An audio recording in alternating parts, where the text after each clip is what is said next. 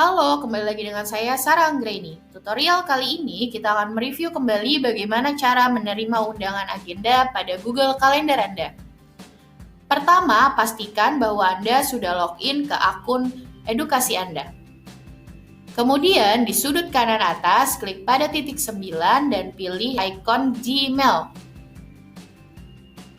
Atau di bar alamat URL, Anda cukup mengetik mail.google.com.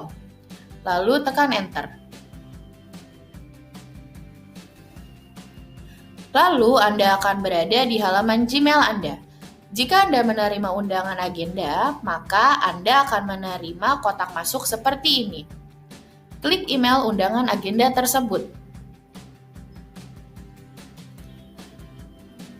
Klik ya jika Anda ingin hadir pada agenda tersebut. Klik tidak jika Anda tidak ingin menghadiri agenda tersebut.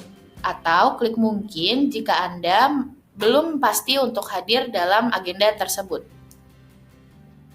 Pada contoh ini, saya akan memilih untuk menerima undangan agenda tersebut.